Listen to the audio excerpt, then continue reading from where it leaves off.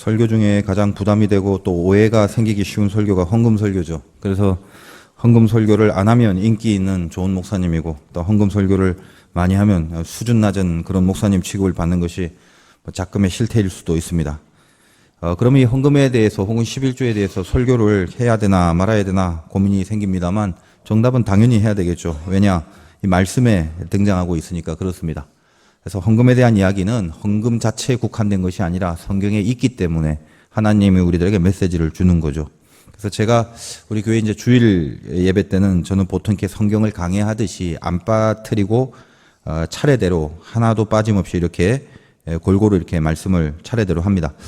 근데 그것이 장점 중에 하나가 뭐냐 하면 이 목회자가 예를 들면 그냥 자기가 말하기 쉽고 또 자기가 생각하고 있는 것을 잘 끄집어낼 수 있는 것을 임의대로 찾아서 하면 그건 쉬울 수는 있겠지만, 우리가 밥을 먹는 걸로 치면 좀 편식을 하는 경우가 많겠죠.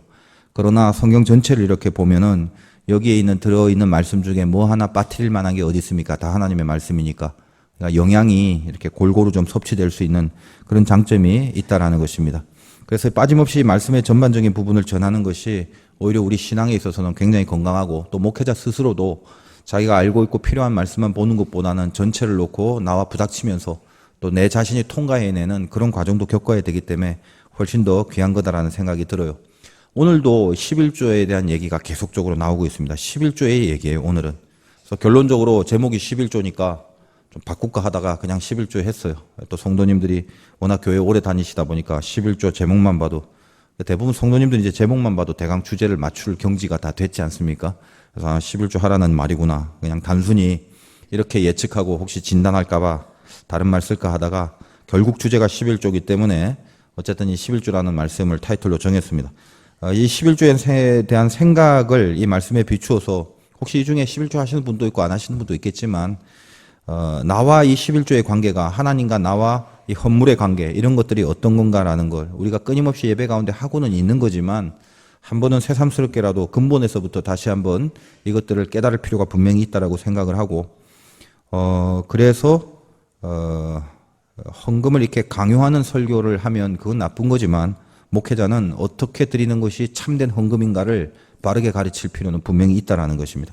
그래서 그런 내용들을 한번 살펴볼 것인데, 보통 그 일반 성도님들이나 아니면 이 세상 사람들도 교회를 잘 알고 있기 때문에 보통은 어떤 내용을 11조에 대해서 갖고 있는 관념이 있냐면 크게는 두 가지인데, 첫째는 이 11조는 숫자상으로 10분의 1이니까 자기 수입의 10분의 1을 계산해서 헌금을 드리는 거, 이제 그걸 알고 있고, 두 번째는 이 11조를 하면 물질의 축복을 받는다, 이런 것들을 이렇게 많이 들어서 알고 있습니다. 그래서 이 두 가지가 사실 11조에 대해서 일반적이고 깊이 있지는 않지만 어쨌든 일반적으로 보통 알고 있는 가장 중요한 쟁점인데, 그래서 온전한 11조를 드려야 된다라고 많이 강요도 하고 뭐 그러고 있습니다. 근데 온전해진다라는 게 사실은 더 귀하고 깊은 뜻이 있는데, 방금 말씀드린 두 가지, 즉 10개 중에 하나를 정확하게 계산해서 드리면 그게 온전하다라고 여기는 것과, 또 이 온전한 11조를 하기만 하면 나에게 물질의 축복이 이제 쏟아진다라는 것을 우리가 가만히 이렇게 성경을 바라볼 때 여러 가지 그 11조에 대한 말 중에 제일 많이 사용하는 말라기에 있는 그 말씀을 많이 이용하지 않습니까? 그래서 그냥 읽어보면 이 말라기 3장 10절에 이렇게 돼 있어요. 만군의 여호와가 이르노라, 너희의 온전한 11조를 창고에 들여 나의 집에 양식이 있게 하고 그것으로 나를 시험하여 내가 하늘 문을 열고 너희에게 복을 쌓을 곳이 없도록 붙지 아니하나 보라. 웬만큼 믿음을 갖고 성경을 읽으면 굉장히 뭔가 이렇게 확 시원해지죠. 왜냐하면 11조만 내면 복을 쌓을 곳이 없도록 붙는다, 이런 하나님의 약속이 있으니까 내가 온전한 11조는 딱 10분의 1 드리는 것 플러스 여기는 반드시 그 하나님께서 쏟아 부어주시는 복이 있다, 금방 부자가 될 것 같은 그런 느낌이 들기도 하고 그렇습니다. 대강 여러분들이 알고 있는 것이 이 정도 11조인데, 그런데 오늘 반드시 좀 짚고 넘어가야 되고 또 반드시 깨달아야 되고, 몰랐다면 알아야 될 것이 뭐냐면, 하나님께 드리는 헌금, 11조도 물론 이제 헌금 중에 하나죠. 이 헌금은 자기가 헌금을 드림으로 내가 부자가 되겠다는 하나의 수단으로 삼는다면 그때부터는 그건 헌금이라고 말하면 안 됩니다. 내가 이것을 하나님 앞에 드림으로 재물을 얻겠다? 그건 헌금이 아니라 이제 펀드 혹은 투자 뭐 이런 식으로 용어를 바꿔야 되는 거예요. 헌금은 하나님 앞에 드리는 거죠. 근데 오늘날 이 11조나 헌금을 교회에서 설교하거나 가르칠 때 너무나 잘못된 가르침이 뭐냐 하면 11조를 하면 복받아서 부유해지고, 제가 말씀드리는 건 이 말이 틀렸다는 것이 아니라 어디에 가장 깊은 강조점은 다 없애버리고 제일 중요한 본질보다는 그냥 그 부분만 너무 강조를 하는 거죠. 그래서 11조를 드리면 부자가 되고 복을 넘치게 하고, 만약 안 드리면 하나님의 거를 도적질한 거니까, 그러니까 그거는 부자 될 생각은 꿈도 꾸지 마라. 그렇게 이제 몰고 갑니다. 물론 오늘 크리스마스 맞이하여 혹시 뭐 초신자들 교회 얼마 안 다니신 분이 오면 좀 좋은 힘을 얻고 교양이 되는 말씀을 또 얻으려 왔다가 갑자기 또 헌금에 대한 얘기를 하니까 여러 가지로 핀트가 안 맞는 경우도 분명히 있을지는 몰라요. 그러나 오늘도 이 말씀 가운데 초신자라도 또 오래된 신자라도 11조를 내든 안 내든 하나님께서 하시고자 하는 메시지는 분명히 있을 거다라고 생각을 합니다. 그러니까 이 중에 혹시 믿음 없는 사람이 앉아있다 할지라도 그 믿음 자체가 없는 사람들은 어떻게 말하든 이렇게 말하든 저렇게 말하든 11조 같은 거는 관심이 없으니까 관심 없이 살아가는 사람도 있겠지만, 적어도 믿음으로 살려고 좀 하는 그런 사람들에게 있어서는 11조를 하는 사람도 있고, 또 할까 걱정하거나 혹은 갈등하는 사람도 있고, 내년부터는 한번 해야겠다 뭐 이렇게 한번 다짐하는 사람도 있고, 뭐 가지각색일 건데, 이 11조에 대한 근본 내용을 그냥 이런 식으로만 소개해 버린다면, 하면 하나님이 복을 쌓아둘 곳이 없이 주고, 안 하면 하나님 도적질 할 거니까 뭐 망할 거 아니냐. 그러면 어떤 생각을 하겠습니까? 속에서 내가 이제 하나님 앞에 드렸으니까 복을 쌓아둔대잖아. 이 기브 앤 테이크라고 하나님이 이제 나한테 뭔가 줄 차례다.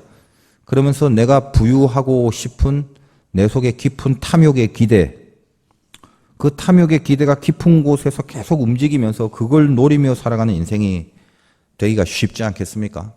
그러다가 11조 생활하다가 다행히 풍성해지면 뭐 감사한다고 하고 기뻐한다고 칩시다. 그런데 만에 하나 내가 11조 생활도 하고 헌금도 드리는데 뭔가 자꾸 안 돼서 힘들어서 물질적인 궁핍과 곤비함이 자꾸 온다고 칩시다. 인생 그럴 수 있잖아요. 근데 그때는 뭐냐? 이 헌금과 11조에 대한 뿌리 정신이 분명하게 붙잡혀 있지 않고 잘못 얘기된 것들로만 기준을 삼아버리면 내 안에 노리는 기대가 있기 때문에 혹시 물질적으로 더 잘 안 되면 11조를 드린 사람일수록, 헌금을 하나님 앞에 드린 사람일수록 그것이, 잘못된 것이 하나님에 대한 더 깊은 원망으로 바뀌어지기가 쉽다라는 거예요. 그래서 어떻게 보면 이게 참 중요한 문제입니다. 어떤 거든지 간에 뿌리에서부터 정신이 바로 기준이 세워지지 않으면 늘 이렇게 위험해지기가 쉽고, 또 하나님이 원하시는 방법과 다른 그런 결론으로 갈 때가 굉장히 많다라는 겁니다. 오늘도 이 11조의 핵심이 좀 뭔지를 알고 내가 11조를 지금 하고 있다면 어떤 마음과 태도를 들여야 하나, 굉장히 중요한 거죠. 틱 내고 끝나는 것이 아니라 그 안에 반드시 포함되어야 될 나의 마음과 의식과 고백이 어떤 거야 되는가. 그리고 혹시 또 안 하시는 분이 있다면 어떤 이유에서든지 간에 어쨌든 이 11조라는 게 기독교 안에서 어떤 신앙적인 개념을 갖고 있으며 또 그것이 깨달음이 있다면 안에 하나님께서 주시는 감동과 결단들이 어떤 식으로든 이루어지는 그런 모습이 됐으면 좋겠다는 바람이 있습니다. 11조 오늘 얘기 하나만 하겠습니다. 뭐냐 11조가? 인생이 하나님의 것이라는 거 고백하는 거예요. 인생이 하나님의 것이다. 이걸 고백하는 거. 이것이 11조라는 것입니다.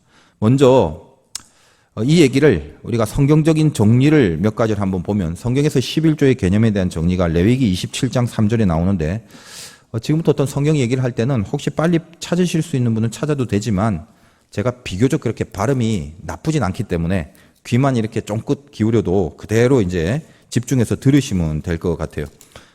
레위기 27장 30절에는 처음 11조에 대한 정의를 하나님께서 이렇게 내리십니다. 그리고 그 땅의 10분의 1, 곧 그 땅에 곡식이 난 나무의 열매는 그 10분의 1은 여호와의 것이니 여호와의 성물이라. 자, 1차적으로 11조는 하나님의 것이다. 이게 하나님의 개념이에요. 그러다가 오늘 민수기 18장 21절에 와서 우리가 이제 읽었기 때문에 생략하겠는데 이런 말이죠. 그 11조는 뭐 때문에, 이 하나님의 것으로 뭘 하냐, 뭐 때문에 필요하냐. 알다시피 레위인은 이 성전을 섬기는 일이고 기업이 없고 분깃이 없고 소득이 없어요. 직업을 가질 수가 없고 온전히 여기에만 집중을 해야 되죠. 그러면 뭘 갖고 먹고 사냐? 백성들이 내는 11조를 갖고 이 레위인은 소득이 없으니까 그들이 살아갈 수 있도록 백성이 11조를 낸 걸 거기에 쓰는 것입니다. 그러니까 레위인 그 사람을 위한 것이 아니라 어떻게 보면 이 레위인이 성막과 성전을 섬기기 때문에 성전을 운영하는 그런 것에 대해서 백성들의 11조의 헌금을 갖고 그렇게 쓴다는 거예요. 자, 첫째는 하나님의 것인데 그 하나님의 것으로 뭘 하냐? 성전, 제사, 그리고 레위인, 소득이 없는 레위인들을 위해서 쓴다라는 거예요. 그리고 신명기 14장에 가면 이 11조를 갖고 하나님께서 말씀하시는 부분 중에 28절부터 29절까지 이렇게 되어 있습니다. 매 3년 끝에 그 해 소산의 10분의 1을 다 내어 네 성읍에 저축하여 너희 중에 분깃이나 기업이 없는 레위인과 네 성중에 거류하는 객과 및 고아와 과부들이 와서 먹고 배부르게 하라. 그리하면 내 하나님 여호와께서 네 손으로 하는 범사에 내게 복을 주시리라. 이런 거죠. 기업이 없는 레위인은 당연히 기업이 없으니까 11조를 받고 객, 고아, 과부 다 뭐예요? 가난한 사람들.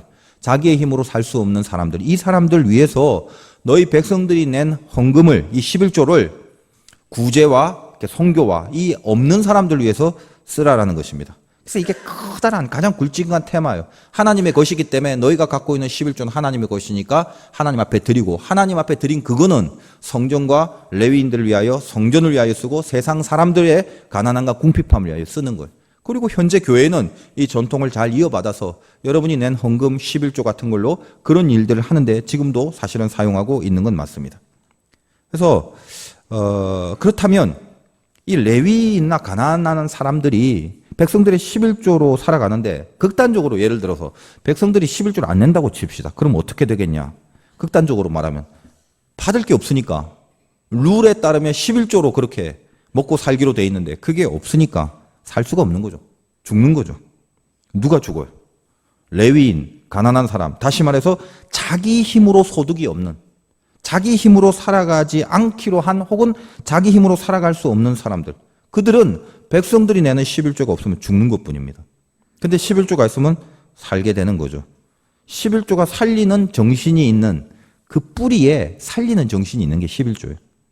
그러니까 너희가 11조를 드림으로 살려내는 사람이 있고 너희들의 10분의 1의 헌금을 통해서 살게 하는 열매를 거두게 된다.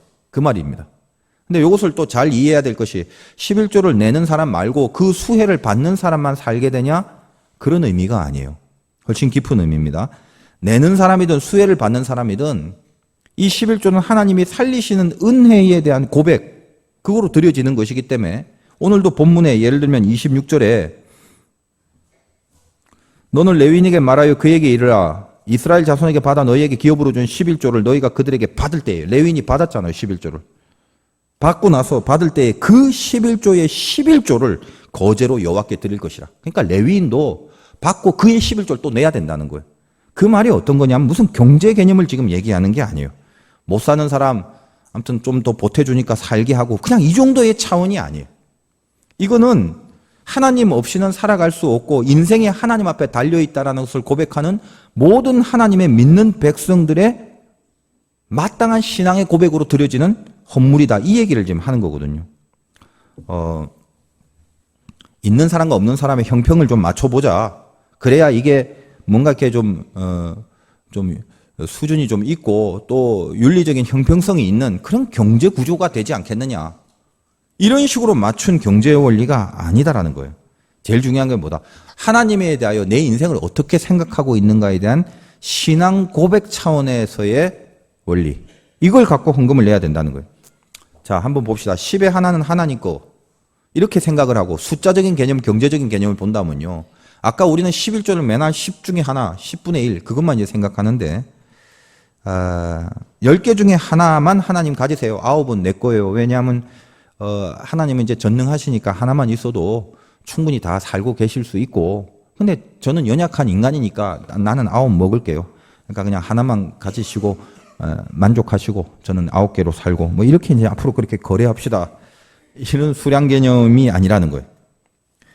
그 기업이 없는 백성들의 11조 또 이 가난한 자들은 그 11조를 받아서 살아야 되는데 근데 그들도 그걸 달랑 받는 것이 아니라 다시 그것을 하나님 앞에 11조로 드려야 된다는 건 경제적 형편을 맞추겠다는 게 아니죠.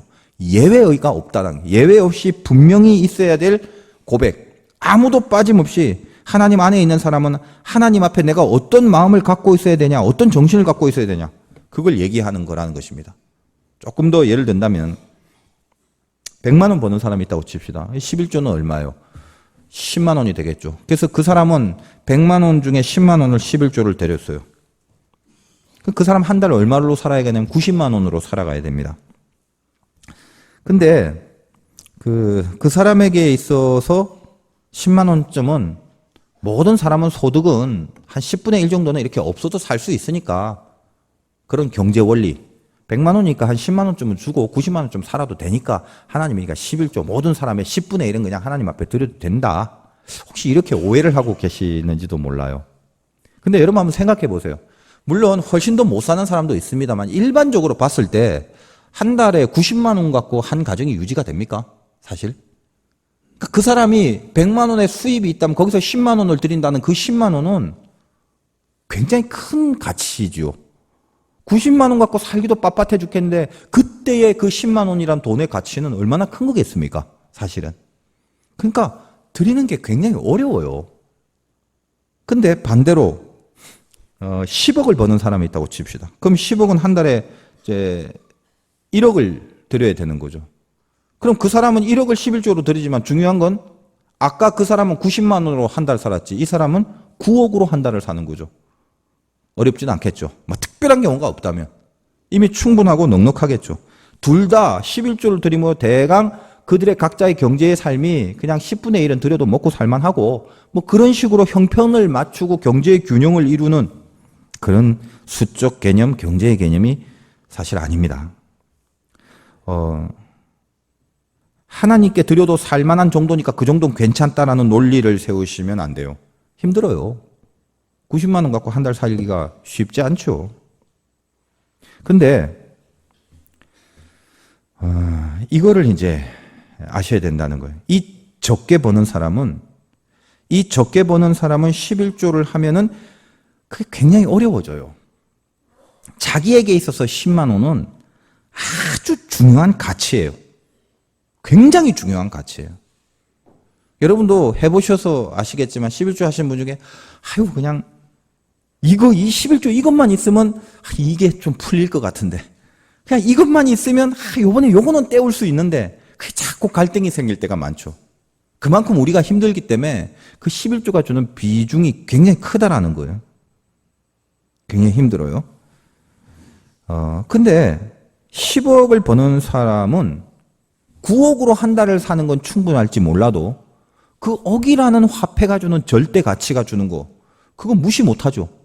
어디서 1억이라는 만져보지도 못할 돈을 그걸 하나님 앞에 드렸으니 그 풍부한 사람도 사실은 9억으로 충분하게 살고 100만 원은 90만 원으로 어렵게 사니까 충분하게 사냐 어렵게 사냐는 중요한 게 아니에요.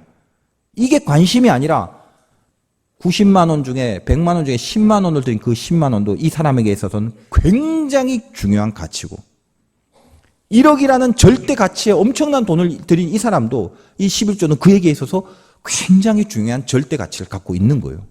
어떻게 사느냐가 중요한 게 아니라, 잘 사냐 못 사냐가 아니라 하나님 앞에 드린 그 예물 속에 담겨져 있는 심정과 상황과 고백들은 굉장히 중요한 그거라는 것입니다. 먹고 살 수는 있지만 많은 양, 객관적으로 많은 양이기 때문에 그런 차원에서 전부라고 느낄 만한 기대와 가치를 갖고 있는 그 1억. 이것만 있으면 훨씬 더 살기가 편할 뿐만 아니라 굶지 않고 살 수 있을 정도의 작은 돈이지만 굉장히 중요해서 감히 그냥 선뜻 내줄 수 없는 그런 건데, 그걸 하나님 앞에 드리는 거거든요. 이게 하나님께 전부를 드린다는 마음과 정신이 있는 믿음이 아니고서는, 그래서 11조는 힘든 거예요. 11조를 낸다는 게. 그냥 뭐 나도 대강 보니까 하나님하고 이렇게 감사하니까 나눠 먹자. 하나님도 좀 드셨으니까 나한테 더 많은 걸 주시겠지. 그런 논리. 이런 걸로 우리가 11조를 하는 건 아닙니다. 그걸 벗어나야 돼요. 근데 이게 참 벗어나기가 힘들더라고요. 여러분, 헌물은 하나님 앞에 나의 전부를 드린다는 마음이 실려야 되기 때문에 망해도 드릴 각오가 돼야 되고 손해를 감수하고 이것 때문에 어려워질 거를 각오를 하고 드리는 걸 헌금이라고 그래요. 쉽지 않죠. 그러니 여유가 있어도 되고 없어도 되는 거를 하나님 앞에 드린다면 그 누가 못하겠어요. 근데 참 귀한 거 이거를 드리면 힘들 것 같은데도 근데 그걸 하나님 앞에 드린다는 거는 이걸 이제 내가 드렸으니까 이제 두고 봐. 이제 하늘의 문이 열릴 거야. 안 열리기만 해봐. 하고 하나님을 째려보듯이 기다리는 그런 게 헌금이 아니라 이걸 드리면 마땅히 있어야 될 어려움을 감수하면서도 그 마음으로 내 인생은 나의 것이 아니라 하나님 것이니까 하나님 앞에 전부를 드린다는 마음으로 하는 거. 쉽지 않겠죠. 그러니까 이걸 가능하려면 뭐가 있어야 되냐? 인생이라는 게 절대적으로 하나님께 달려있다는 걸 믿어야 이게 가능해지는 거예요. 성경에 등장하는 첫 번째 11조의 모습은 창세기 14장 17절부터 나오는 아브라함의 모습인데 이 아브라함이 조카 롯과 헤어지지 않습니까? 그래서 롯이 어디로 가냐면 소돔 땅으로 가게 됩니다. 근데 당시 그 중동 지역에 전쟁이 벌어져요. 대규모의 전쟁인데 나름대로는 창세기 14장 17절부터 20절까지 그 아브라함의 이야기가 이제 나옵니다. 소돔 쪽에 즉 사해에 5개 동맹국가가 있었고 소돔을 포함해서 그 사해 북쪽에 4개의 동맹국이 서로 연합해서 국지전 중동 전쟁을 일으켜요. 그 전쟁의 이유는 소돔을 중심으로 한 그 사해의 5개 동맹 지역이 조공을 바치는데 이제 못 바치겠다는 거죠. 이제 우리가 뭐 때문에 니한테 조공을 바칠 거냐? 성경의 내용이에요. 그래서 한판 이제 붙는데 이제 북쪽이 이겨요. 그래서 소돔을 중심으로 한 국가들이 패하고 아브라함의 조카 롯은 소돔에 있었잖아요. 지 혼자 잘 살 거라고. 근데 거기서 끌려가요. 소돔에 살았기 때문에. 끌려가고 다 그 재물을 빼앗기고 그럽니다. 근데 그 소식을 듣던 아브라함이 소돔과 고모라 뭐 이 땅에 무슨 국지전이 일어나고 이런 것보다는 자기 조카 롯이 끌려가니까 이래서는 안 되겠다 싶어서 하인 318명을 달랑 데리고 가서 신기하게도 그걸 다 뺏어 와버려요. 성경을 읽어보면 신기한 부분이 많은데 이것도 신비 중에 하나예요. 그 몇백 명밖에 안 되는 이 사람 데리고 거기까지 가서 롯을 다 롯도 찾아오고 이 재물을 다 뺏어오거든요. 얼마나 신기한지 몰라요. 그리고 나서 이 방금 그 14장 17절부터의 얘기가 돌아오는 통에 소돔 왕이 어이구 정말 감사하다고 뭐 우리 때문에 한 건 아니지만 어쨌든 간에 당신이 이 몇 명 안 되는 사람을 데리고 이런 신기한 기적적인 승리를 갖고 온다는 게 정말 이거 너무 축하받을 일 아니냐고 박수 쳐주러 나오고 막 환영해주러 나오고 또 한 명이 나오는데 이 사람이 아주 그냥 신기한 사람이 하나 등장하는 거예요. 난데없이 어디서 멜기세덱이라는 사람이 등장을 해요. 성경에 있는 아주 유명한 얘기입니다. 근데 이 존재가 어디서 갑자기 튀어나온지 모르겠지만 살렘 왕 멜기세덱이 창세기 14장 18절입니다. 이 멜기세덱이 떡과 포도주를 가지고 나왔으니 지극히 높으신 하나님의 제사장이래요. 그가 아브라함에게 축복하여 이르되 천지의 주제이시오 지극히 높으신 하나님이여 아브라함에게 복을 주옵소서 하고 복을 준단 말이죠. 이 장면이 너희 대적을 네 손에 붙이신 지극히 높으신 하나님을 찬송할지로다 하매 아브라함이 그 얻은 것에서 10분의 1을 멜기세덱에게 주었더라. 이게 구약에 나온 첫 번째 11조의 사건이에요. 이 얘기가 굉장히 신비로운 얘기인데 살렘 왕, 이 살렘이라는 말은 예루살렘의 고대의 명칭입니다. 그래서 여러분이 인사할 때 이스라엘 백성들이 샬롬, 즉 평강, 평화란 뜻이거든요. 그러니까 이 평화에 그다음에 멜기세덱이라는 말은 그대로 언어의 뜻 그대로는 의의 왕. 그러니까 살렘 왕의 멜기세덱, 평강의 땅에서 의로 통치하는 왕 이런 의미예요. 액면 그대로의 말은. 물론 뭐 정황상 가나안 땅에 사는 어떤 순수한 어떤 왕으로 등장하겠지만 뜬금없이 나와서 난데없이 아브라함에게 축복을 주는 이 장면은 어떤 신비 덩어리입니다. 거기에 보이지 않는 그 숨은 상징성을 갖고 있어요. 뒤에 언급하겠습니다만 어쨌든 이 창세기 장면만 본다면 그래서 아브라함도 꽤 세력이 크고 함부로 손댈 수 없는 그런 존재인데 더군다나 이 큰 전쟁에 승리를 하고 왔는데 어디선가 뜬금없이 멜기세덱이라는 사람이 떡과 포도주를 들고 나오더니 뭐 엄청난 불고기 스테이크를 해온 것도 아니고 떡과 포도주를 딱 들고 나오더니 아브라함을 마치 찍어 누르듯이 축복을 한단 말이에요. 일로 와봐. 이렇게 일로 와봐. 그래. 내가 너한테 축복을 준다. 그리고 축복하는 용어가 창세기 14장 19절에 보면 지극히 높으신 하나님을 엘 엘yon 그 원어로 그런 표현인데 아주 특별한 아주 강력하고 능력이 지고한 신 이런 표현을 할 때 사용한 단어인데 그런 단어를 써가면서 아브라함을 그 자리에서 이렇게 찍어 누르듯이 축복을 합니다. 근데 이 축복을 받는 순간 아브라함이 멜기세덱에 11조를 드려요. 이게 첫 번째 멜기세덱에 그 아브라함이 드린 11조의 그 하는 사건입니다. 성경은 성경 자체에서 해석이 되어 있는 것이 제일 중요하죠. 히브리서 7장 1절에 보면 이렇게 표현합니다. 이 멜기세덱은 살렘 왕이요 지극히 높으신 하나님의 제사장이라 여러 왕을 쳐서 죽이고 돌아오는 아브라함을 만나 복을 빈자라. 아브라함이 모든 것의 10분의 1을 그에게 나누어 주니라. 그 이름을 해석하면 먼저는 의의 왕이요 그 다음은 살렘 왕이니 곧 평강의 왕이요. 지금 멜기세덱에 대한 평가요 히브리서에. 그 다음에 아버지도 없고 어머니도 없고 족보도 없고 시작한 날도 없고 생명의 끝도 없어 하나님의 아들과 닮아서 항상 제사장으로 있느니라. 감을 잡으시죠. 아브라함이 만난 멜기세덱이 누구를 상징하고 있냐면 예수 그리스도를 상징하는 거예요. 그래서 주님이 다른 사람과 달리 떡과 포도주, 자기의 피와 살이 되는 이 떡과 포도주를 갖고 아브라함에게 등장하게 됩니다. 그래서 아브라함이 멜기세덱의 축복을 받고 11조를 드리는데 멜기세덱의 축복이 어떤 내용인가? 잘했다 이게 아니라 여기에 깊은 메시지, 11조를 할 수밖에 없는 깊은 메시지가 서려 있다는 거예요. 여러분 한번 보세요. 318명 됐고 중동전을 패권을 장악하고 왔어요. 아브라함이. 신기하게 하겠지만 은근히 인간인데 어깨에 힘이 들어갈 거 아니겠습니까? 내 잘났죠. 나 이 정도로 세다 이거죠. 다 나와라 이거죠. 누가 이 실력과 이 권세를 이기랴. 얼마나 기분 좋고 의기양양했겠습니까? 그때 멜기세덱이 나서 다시 아까 말씀드린 창세기 14장의 이야기를 보면 20절에 멜기세덱의 말이에요. 너희 대적을 네 손에 붙이신 지극히 높으신 하나님을 찬송할지로다 하매 아브라함이 얻은 것의 10분의 1을 드렸다. 속에서 각성이 생겨버린 거예요. 아, 내가 한 게 아니구나. 자기는 이제까지 지가 한 줄 알고 지 실력이 좋은 줄 알고 지가 거느린 신하들의 실력이 센 줄 알고 어깨 힘주고 조카도 구해왔겠다 아싸 하고 왔는데 왕 대신 주님을 상징하는 멜기세덱의 한마디가 복은 복이지만 깊은 질책 그리고 잊지 않아야 될 깊은 메시지를 준 거죠. 네 손에 붙이신 지극히 높으신 하나님, 너희 대적을 네 손에 붙이신 게 네가 아니라 하나님인 거 아니야? 그때 아브라함은 깊은 곳에 이런 생각을 해요.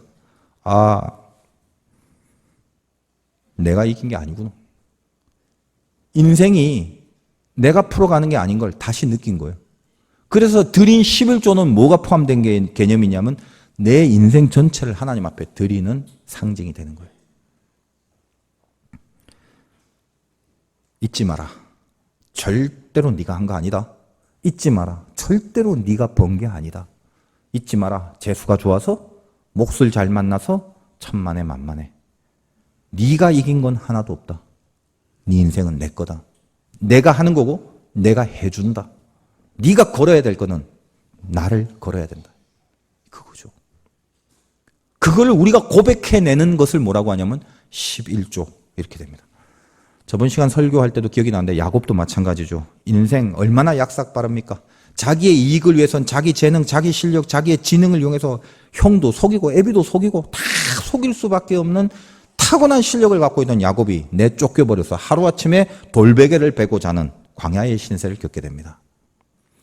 잘만 생각하고 잔머리만 잘 쓰면 인생이 형을 제끼고 쭉쭉쭉 클 줄 알고 실제로 장자권까지 받았지만 그의 현장은 돌베개를 베고 자는 바닥을 치게 됩니다. 그때 하늘의 문이 열리고 위에서 하나님이 사다리를 타고 내려오시는 모양으로 그에게 약속과 언약을 주지 않습니까? 그때 야곱은 아직은 완성되지 않았지만 그 깊은 하나님의 임재를 통해 인생이라는 게 나의 잔꾀로 살아가는 것이 아니다라는 것을 깨닫습니다. 그래서 거기에 이 돌에 기름을 붓고 11조를 하나님 앞에 선을 합니다. 그러니 이 11조에 담긴 깊은 상징이 아브라함과 비슷하죠. 인생이 내가 사는 게 아님을 처음으로 실감한 사건을 만나 그 다음에 11조를 하나님 앞에 드리는 거라고요. 아까 말씀드렸다시피 말라기는 읽을 때 얼마나 통쾌한지 모릅니다. 쏟아 부어주신다니 한번 해보고 싶지 않습니까? 까짓 거? 그런데 절대로 그렇게 보시면 안 됩니다. 이 말라기는 시간이 없어서 다 읽지는 않겠습니다만 이 굉장히 깊은 하나님의 탄식이 있어요. 얼마나 이스라엘이 불법을 행하고 살고 믿음 없이 살았는지 종교가 다 타락해버린 이때 말라기 이후 마태복음까지 400년간 하나님은 선지자를 이 땅에 보내주지 않았던 깊은 비극의 성경이 말라기예요. 그래서 이 말라기는 이스라엘의 이 극도의 타락으로 믿음이 다 없어져 버린 그 모습을 바라보면서 그 11조 쏟아 부어주겠다는 하나님의 말씀이 있기 바로 직전에 9절에 너희 온 나라에가 나의 것을 도둑질하였으며 너희가 저주를 받았다. 믿음대로 살지 못한 얘기들, 심판에 대한 얘기들 계속하면서 3장 10절에 가서 드디어 이 11조에 대한 얘기를 하시는 하나님의 심정을 딱 그 문구만 보지 말고 그 말라기 전체에 흐르는 하나님의 마음을 우리가 이해를 해야 된다는 말이에요. 봐라, 여기 보면 쏟아 부어주지 않겠냐라고 이런 것을 투자하듯이 내가 드리면 나도 부자가 된다는 걸 노리는 그 정도의 수준이 아니라 오죽하면 하나님께서 우리에게 이거를 이렇게 설명을 하는 게 제일 여러분이 이해가 빠를 거예요. 성전에 대한 집중은 하나도 되지 않고 예배에 대한 집중은 다 사라져버리고 모든 성직자들 이스라엘 백성들은 타락과 부패의 그런 불신 속에 살아가는 이 모습 안에서 하나님의 탄식. 자, 맨날 꼴찌만 하는 아들을 둔 아버지가 있다고 칩시다. 1월도 꼴찌, 2월달도 꼴찌, 3월달도 꼴찌, 1년, 2년, 3년 내내 꼴찌. 공부 한자도 안 하고 그렇게 하라 해도 맨날 안 해요. 한심해서 거의 포기 직전까지 이르렀고 이제 마음에서 다 버린 그 아들인데 어느 날 이 아들이 아버지한테 오더니 그날도 여전히 아버지 이젠 잘할 거야. 뭘 잘할 건데? 이번 달에 전교 1등 할 거야. 그러니까 5만 원만 줘. 아빠가 그걸 쳐다보면서 우와 내 아들 이러겠어요? 얼마나 오랜 세월을 한 번도 예외 없이 꼴찌로 일관한 그 아들을 그 아들 앞에서 이러겠죠. 야, 그냥 학교나 좀 가라. 여러분 이 탄식을 지금 이해를 하십니까?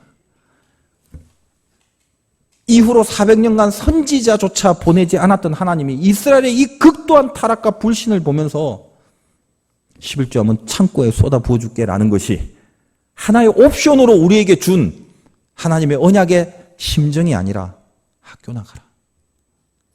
학교라도 좀 가라.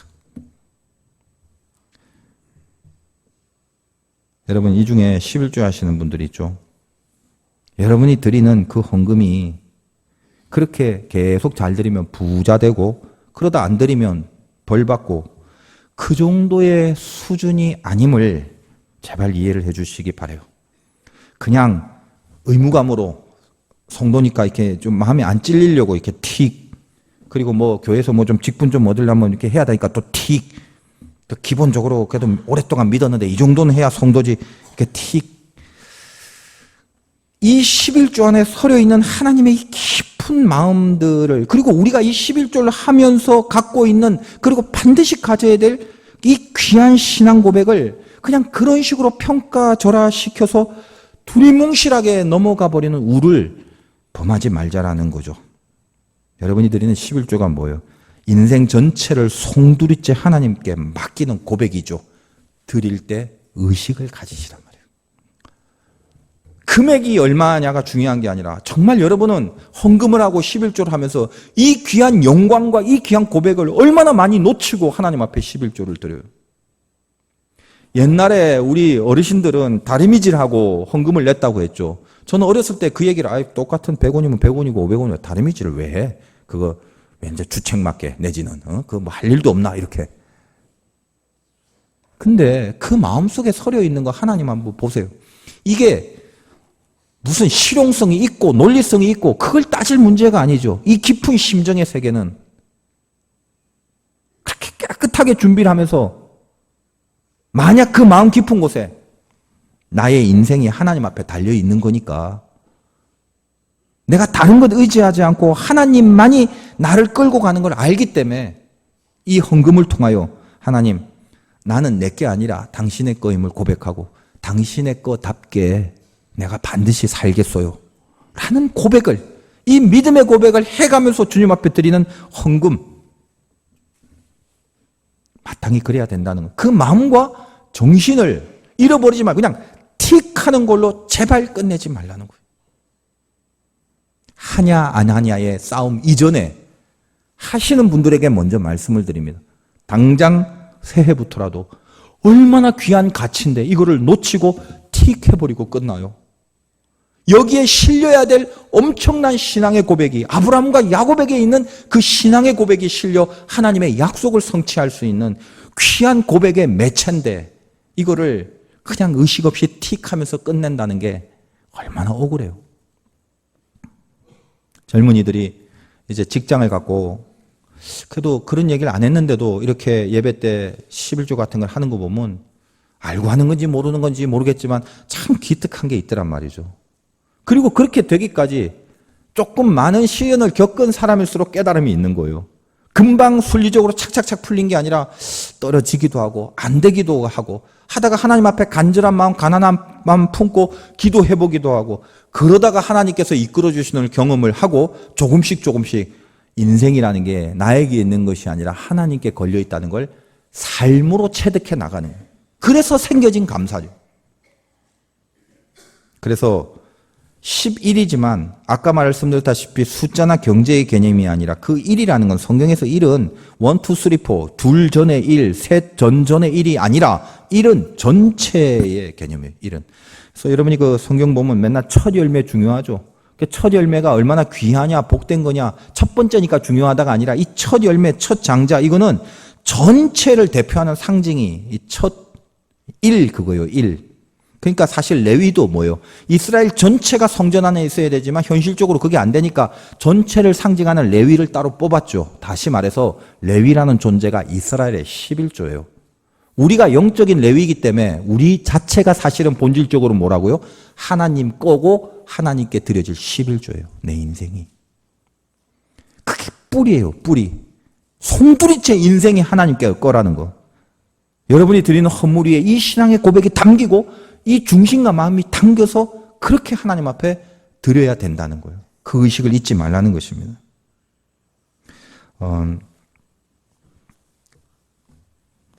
11조를 한다는 그 삶 자체로 난 믿음 생활 그래도 웬만큼 제대로 해. 나는 잘 때우고 있어 라고 생각하지 마십시오. 여러분이 11조를 특별히 하시는 분들은 얼마나 귀한 거 하시는 거예요. 그러니까 이 귀한 만큼 살려줘야 돼요. 그 신앙과 헌금 속에 들어가 있는 나의 고백과 나의 믿음이 같이 살아나야 되겠네. 만약 틱 내는 걸로 내 신앙생활을 기본적으로 하고 있다고 때운다면 예수님께서 지적했던 그런 바리새인들, 위선자들과 별로 다를 바 없는 거죠. 마태복음 23장에 보면 예수님께서 이런 말씀을 하십니다. 23장 23절 화 있을진저 외식하는 서기관들과 바리새인들이여 너희가 박하와 회향과 근처의 11조는 들이되 이 회향 근처에 박하는 다 향료인데 가루 같은 거 사소한 거예요. 그러니까 이런 건 따로 11조 내거나 이럴 법도 없어요. 근데 이런 거 사소한 것까지도 11조를 칼같이 내는 이 서기관과 바리새인들이요. 그런 것들의 11조는 들이되 드린 게 나쁜 건 아니지만 들이되 율법에 더 중한 정의와 긍휼과 믿음은 버렸도다. 정신은 썩어 있고 정신은 믿음이 없고 내 가운데 하나님의 마음은 하나도 없는데 11조를 드렸음네 하면서 자기의 신앙을 떼워버리는 사람들을 향한 질책이. 이 귀한 걸 드리면서 왜 그렇게 억울하게 아깝게 이 귀한 것을 드리면서 여기에 실려져 있는 신앙의 고백과 삶을 살아내지 않은 상태 무슨 의미가 있겠냐 이 말이죠. 근데 이런 얘기를 하면요. 또 이런 분도 있어요. 옳았구나. 그래 목사님 말 참 맞다. 그렇지. 여기 있는 속이 중요한 거지. 속. 뭐냐? 정의, 긍휼, 믿음. 이런 거 갖고 사는 게 중요한 거지. 11조 내는 게 중요해? 요렇게 나오시는 분들이 있단 말이죠. 바르게 사는 게 중요한 거야. 본질이 중요한 거야. 11조는 교회에서 이렇게 무슨 성도들 돈이나 내라고 해갖고 교회 불크기 하려고 하는 거야. 말도 안 되는. 자세히 어떻게 교회가 돌아가는지도 모르고 내뱉는. 맞아요. 바르게 사는 게 맞습니다. 그게 중요해요. 그런데 내가 바르게 산다라는 그 결단과 그 내용을 무엇으로 하나님께 보일 거예요? 사람이 돈을 낸다는 게 참 어려워요. 왜냐하면 돈이 굉장히 중요하기 때문에 그렇거든요. 그래서 이 11조에 대해서는요, 얼마나 많은 연구들을 하는지 몰라요, 인간들이. 이것도 신비해요. 이게 11조가 신학적 근거가 어디 있냐, 초대교회에는 무슨 한 적이 있냐, 신약에 와서는 구약의 11조가 어떻게 바뀌어서 지금 없어진 게 아니냐, 사도 바울은 어떤 식으로 생각했냐, 기타 등등. 얼마나 많은 11조에 대한 논란과 연구들이 믿는 사람이든 안 믿는 사람이든 하는지 모른단 말이에요. 정말 신기해요. 왜? 가만 보면 우린 예수 믿으면서도 목숨도 버린다면서요. 인생도 버리고 운명을 하나님 앞에 걸었다면서요. 근데 그런 얘기에 대해서는 연구 안 해요. 인생과 목숨을 버렸다는 것에 대한 비판이나 운명 무슨 이런 따지거나 논문을 쓰거나 이러진 않아요. 근데 그 끼케야 인생과 목숨도 걸었을 판인데 그 고작 그 헌금 11조? 그거 드리는 거에 대해서는 왜 그렇게 많은 연구와 비판들이 있는지. 본심이 뭐예요, 그러니까. 어차피 인생 운명 안 걸 건 뻔한 거고 돈은 아까우니까. 돈은 하나님보다 내가 더 좋으니까. 그러니까 이 돈을 내기가 싫은 거죠. 여러 가지 생각할 게 없어요. 따져가면서 아니라서 안 낼게. 천만에요. 정신, 물론 정신도 중요하죠. 그 정신을 갖고 정의와 긍휼과 믿음으로 살긴 살아야 되겠죠. 회양과 박하나 이런 사소한 것까지도 11조를 내는 그것보다는 훨씬 더 믿음과 긍휼과 정의로 살아야 되겠죠. 그러나 예수님의 명쾌한 대답은 방금 읽은 23장 23절 후반절에 이렇게 되어 있습니다. 너희가 박하와 회양과 근처의 11조는 드리되 율법에 더 중요한 바 정의와 긍휼과 믿음은 버렸도다. 그러나 이것도 행하고 저것도 버리지 말아야 할지니라. 그게 주님의 마음이에요. 그러니까 우리는 어때요? 이 귀한 것 하면서 여러분 돈이 얼마나 중요해요? 그러니까 너무 중요한 게 돈이기 때문에 돈에 대한 분명한 정신을 가져야 진짜 신앙이 되는 거란 말이죠. 사실은 11조는 내는 걸로 끝내는 게 아니에요. 내므로 나 11조 완성했다가 아니에요. 내가 하나님께 달린 인생이라고 그랬잖아요. 이 11조는 나는 하나님 앞에 인생을 걸었다는 거, 그 고백이기 때문에 그걸 알기 때문에 이제 11조를 드린 사람은 나에게 주어진 돈을 내가 갖고 있는 것을 이 11조의 정신으로 쓰면서 살아가는 삶이 중요한 거예요. 인생이 뭐예요? 돈 쓰는 게 인생이잖아요. 아닌가요? 여러분이 오늘 아침에 일어나서 눈 뜨고 버스 탈 때도 돈 썼고 택시 탈 때도 돈 썼고 어디 편의점에 들러가서 바나나 우유 하나 마실 때도 돈 썼고 인생 자체가 돈을 쓰는 거란 말이에요. 돈을 어떻게 쓰느냐? 그게 삶이에요. 따라서 11조는 내가 가진 것에 대해서 내가 어떻게 다루느냐까지 내 삶의 전부를 붙들고 있는 기준. 그게 11조예요. 틱 내고 끝나지 마세요. 낸 걸로 완성했다고 생각하지 마세요. 여러분이 낸 11조 위에 의식과 마음과 고백을 갖고 이 귀한 것을 이걸 어떻게 갑자기 이런 그 일본어 표현밖에 어쨌든 이 귀한 것을 이빠이 하나님께 고백으로 올려드리는 마음을 가지시고 제발 내주세요. 그죠? 그냥 이렇게 무의식적으로 하지 마시고 그리고 그 삶을 살겠다라는 결단을 같이 헌금 위에 동봉해 주세요. 맨날 11조 얘기하면 록펠러 부유한 사람 얘기 너무 많이 들어갔고 막. 자, 11조 하면 그렇게 부자 된다? 교훈이 그겁니까? 그 사람이 어떻게 살았는지 모르겠지만 11조 내면 부자가 된다는 교훈이 아니라 그가 삶을 11조라는 정신을 알고 깨닫게 되는 순간 자기의 삶을 어떻게 방법으로 어떤 목표를 갖고 살았느냐 이거거든요. 그 속마음이야 뭐 우리가 어떻게 알겠어요. 그래서 얼핏 이렇게 보니까 저는 뭐 예화 같은 거 그렇게 잘 보진 않는데 알버트 알렉산더 하이드라는 사람이 있대요. 하나님을 믿었는데 11조 생활을 통해서 성공을 이룬 사례로 이렇게 또 뭐 이렇게 됐더라고요. 저도 잘 모르는 사람이에요. 그냥 이렇게 뭐 책에 있길래 잠깐 읽었어요. 독실한 크리스찬이었고 원래 서점을 경험하다가 책방이 잘 될 리가 있겠습니까? 1887년에 경제공황이 불어닥치죠. 사업이 부도가 나고 망했는데 엄청난 빚을 지게 됩니다. 근데 그가 나 크리스찬이다. 하나님 앞에 서운하고 약속한 헌금은 드려야 돼. 그리고 모든 걸 팔아서라도 그걸 지키고 나갔다라는 거예요. 사람들이 조롱해 좀 미친 거 아니냐, 광신자 아니냐, 정신 못 차린다, 또 상식이 없다 등등. 근데 그들의 말이 뭐 맞죠. 객관적으로는. 분수에 맞게 살아야 되는데 그러나 인간의 말의 평가와 하나님의 평가는 또 따로 있는 것 같아요. 하나님은 각자의 삶을 다스리시기 때문에 하나님 앞에 약속한 거 먼저 갖고 시작하겠다. 그 고백을 하고 새로 저 밑바닥에서부터 이제 시작을 합니다. 그래서 뭐 생산에서 판매, 영업에까지 혼자 막 뛰고 밤낮을 가리지 않고 그러면서도 매달 하나님께 11조를 정확하게 드렸는데 점점점 하나님이 이제 뭐 은혜를 주셔서 뭐 아무튼 복을 주셨는지 감사한 것이 많아갖고 다음 달은 첫 달에 2배가 돼. 10에 2조를 드려요. 사업이 번창하면서 10에 3조, 10에 4조, 나중에 10에 9조까지 늘어났다는 예화가 나왔어요. 읽어보니까 그 사람 나하고 개인적으로 몰라서 정확하게 진단은 못하겠지만 중요한 건 그래서 10에 9조니까 얼만큼 드렸기에 얼마나 복을 받았나가 초점이 아니라 그의 삶의 패턴을 보란 말이에요. 나눠서 얼마를 하나님 앞에 드렸더라가 아니라 인생 전체가 자기 자신이 11조이기 때문에 내가 하나님의 것이라고 생각하고 뛰었던 냄새들이 나잖아요. 삶 속에서. 아시겠습니까? 얼마를 했고 10에 몇 조를 하니까 더 주더라 이런 게 아니라 내 자체가 11조를 드리는 사람이 그 안에 담긴 신앙의 고백이 내 자신이 하나님의 11조로 11조 같은 인생을 살아가는 그 삶이 있잖아요. 그래서 사업을 시작한 지 3년이 지난 뒤에 큰 창업을 하게 되고 오늘날까지 성공한 사례로 150여 개국에 수출하는 그런 사업체로 그렇게 컸다라는 이야기가 있습니다. 이 회사가 어디냐면 여러분이 늘 힘들고 아플 때 바르는 맨소레담이라는 의약품 사장입니다. 오늘 2015년 연말쯤에 혹시라도 헌금에 대한 이야기가 악한 마귀가 여러분의 마음을 교란시켜서 가뜩 믿음 없는데 혹시 시험이나 부담으로 다가오지 않았으면 좋겠습니다.